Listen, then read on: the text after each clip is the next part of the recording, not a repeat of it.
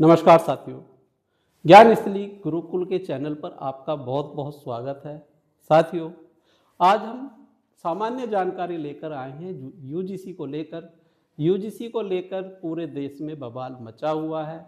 अभी तक लोग बाग यूजीसी को समझ नहीं पा रहे हैं, इसलिए सर्वोच्च न्यायालय को यूजीसी के दिए गए निर्णय में हस्तक्षेप करना पड़ा है। तो सर्वोच्च न्यायालय ने क्या कहा है, इसके बारे में हम सामान्य जानकारी आपके सामने लाते हैं। देखिए, यह बेहद गंभीर मामला है। अगर हम दखल नहीं देंगे तो समाज के लिए विभाजनकारी हो सकता है और इसके खतरनाक परिणाम हो सकते हैं। क्या हम जाति विहीन समाज की ओर बढ़ने के बजाय पीछे जा रहे हैं? नियमों की भाषा प्रथम दृष्टया अस्पष्ट है। इसे स्पष्ट और संतुलित बनाने के लिए विशेषज्ञों को विचार करना चाहिए ताकि इनका दुरुपयोग न हो सके, सुप्रीम कोर्ट ने यह कहा है। साथियों, नियम और कानून संसद बनाने का काम करती है, लेकिन उनको लागू करने का कार्य सुप्रीम कोर्ट द्वारा किया जाता है।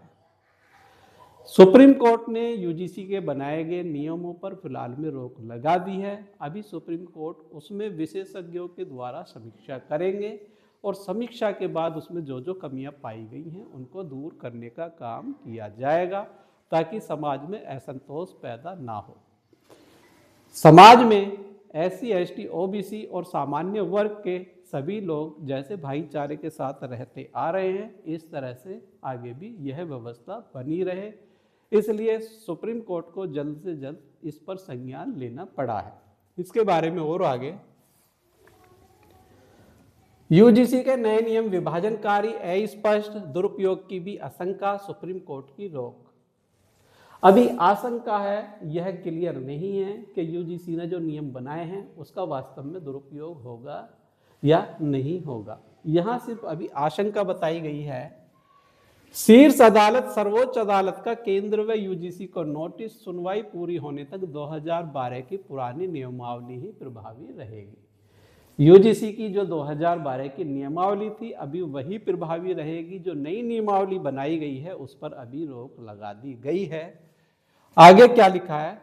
सुप्रीम कोर्ट ने विश्वविद्यालय अनुदान आयोग यूजीसी के नए समानता विनिमय 2026 को लेकर चल रहे विचार के बीच इन नियमों को समाज के लिए विभाजनकारी करार देते हुए क्रियान्वयन पर रोक लगा दी। शीर्ष अदालत ने कहा, पहली नज़र में इन नियमों की भाषा अस्पष्ट है और इनके दुरुपयोग होने की पूरी आशंका है। यदि इस मामले में हस्तक्षेप न किया जाए तो इनके खतरनाक परिणाम हो सकते हैं। समाज बच जाएगा और इनके गंभीर परिणाम होंगे। मुख्य न्यायाधीश सीजेआई जस्टिस सूर्यकांत और जस्टिस जय माल्या बागची की पीठ ने कहा, 75 वर्षों के बाद राजनीति विहीन समाज की दिशा में हमने जो कुछ भी हासिल किया है, क्या हम प्रतिगामी दिशा में जा रहे हैं? पीठ ने भारतीय शिक्षण संस्थाओं में समावेशिता और एकता की रक्षा करने की जरूरत पर जोर दिया है। पीठ ने केंद्र सरकार और यूजीसी को नोटिस जारी कर 19 मार्च तक जवाब तलब किया है। उन्होंने विनिमय की जांच विशेष समिति से कराने की भी जरूरत बताई है। साथ ही स्पष्ट किया है कि अगले आदेश तक समानता विनिमय 2026 स्थापित रहेंगे और शैक्षिक संस्थाओं में 2012 की पुरानी नियमावली ही लागू रहेगी। आगे और क्या कहा है इन्होंने? आगे, छात्रावास के नाम पर बंटवारे को लेकर नाराजगी, कहा भगवान के लिए ऐसा ना करें, ये स्वर्ण वर्ग के छात्रों ने कहा है। लखनऊ में यूजीसी के नए नियमों के खिलाफ विरोध प्रदर्शन ये कर रहे हैं। विरोध प्रदर्शन की तस्वीर आपके सामने है। आगे चलते हैं। पीठ ने नए नियमों के उन प्रावधानों पर कड़ी आपत्ति जताई है जो कैंपस के भीतर जातिगत आधार पर विभाजन का संकेत देते हैं। अलग अलग जातियों के लिए अलग हॉस्टल के विचार पर सीजेआई सूर्यकांत ने सख्त लहजे में कहा, भगवान के लिए ऐसा मत कीजिए। हम सब सदियों से साथ रहते आए हैं। हमारे समाज में अंतर जातीय विभाजक होते हैं। क्या हम एक जाति विहीन समाज की ओर बढ़ने के बजाय पीछे जा रहे हैं? पुनर्समीक्षा जरूरी। देखो, सर्वोच्च न्यायालय जब कोई कानून बनता है तो उस कानून की समीक्षा करता है। पुनर्समीक्षा जरूरी, केंद्र विधि विशेषज्ञों की समिति बनाए। सुप्रीम कोर्ट ने कहा इन नियमों के पुनर्समीक्षा बहुत जरूरी है। सॉलिसिटर जनरल तुषार मेहता को पीठ ने सुझाव दिया कि नियमों की पुनर्समीक्षा के लिए प्रख्यात विधि विजेताओं की एक उच्च स्तरीय समिति बनानी चाहिए। समिति समाज की वास्तविकताओं और सामाजिक मूल्यों को ध्यान में रखते हुए नियमों पर पुनर्विचार करे। पीठ ने कहा यह भी देखना होगा कि कैंपस के भीतर लिए गए फैसलों का कैंपस के बाहर समाज पर क्या असर पड़ेगा। समाज का समग्र विकास तभी होगा जब नियम समावेशी होंगे, यानी कि सभी के अनुकूल होंगे। इसके बाद शीर्ष कोर्ट ने विचार के लिए तय किए महत्वपूर्ण बिंदु।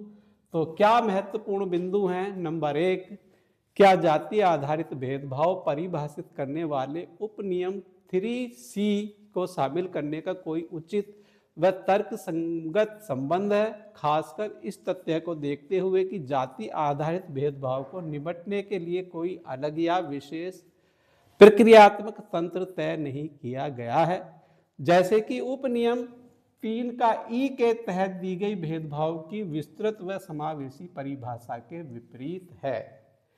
दूसरा, फिर आगे, क्या भेदभाव के विशिष्ट रूप में रैंकिंग शब्द को छोड़ देना नए विनिमय में प्रतिगामी या बहिष्कृत विधायी चूक है? हाँ। तो क्या ऐसी चूक इंसाफ तक पहुंच में विषमता पैदा करने के भेदभाव पीड़ितों के साथ असमान व्यवहार करती है? यह संविधान के अनुच्छेद 14 और 21 का उल्लंघन नहीं है।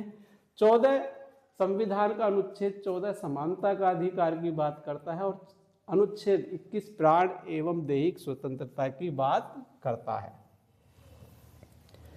क्या जाति आधारित भेदभाव की शुरुआत और प्रक्रिया का अनुसूचित जातियों, जनजातियों और अन्य पिछड़े वर्ग में सबसे पिछड़े वर्गों के मौजूदा संवैधानिक और वैधानिक उपवर्गीयकरण पर कोई असर पड़ेगा? क्या यह विनिमय ऐसे अत्यंत पिछड़े वर्गों और भेदभाव और संरचनात्मक नुकसान के खिलाफ है पर्याप्त और प्रभावी सुरक्षा उपाय है?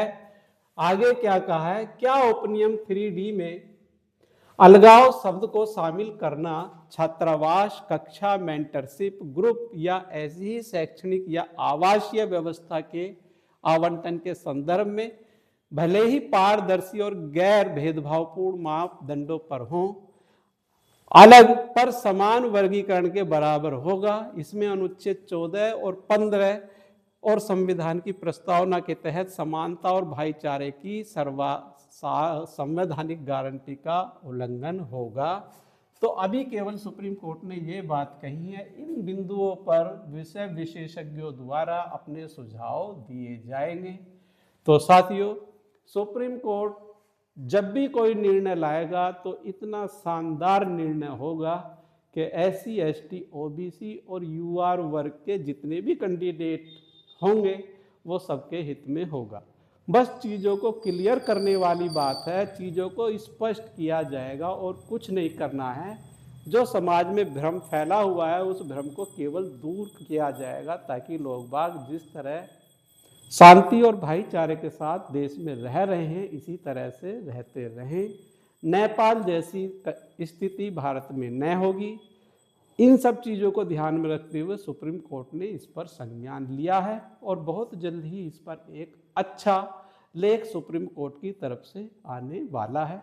तो तब तक हम जैसे रह रहे हैं वैसे ही रहें। साथियों, वीडियो आपको अच्छी लगी, ज्ञानवर्धक लगी तो वीडियो को लाइक करें, वीडियो को शेयर करें। मिलते हैं नई वीडियो, नई जानकारी के साथ। तब तक के लिए जय हिंद, जय भारत, धन्यवाद साथियों।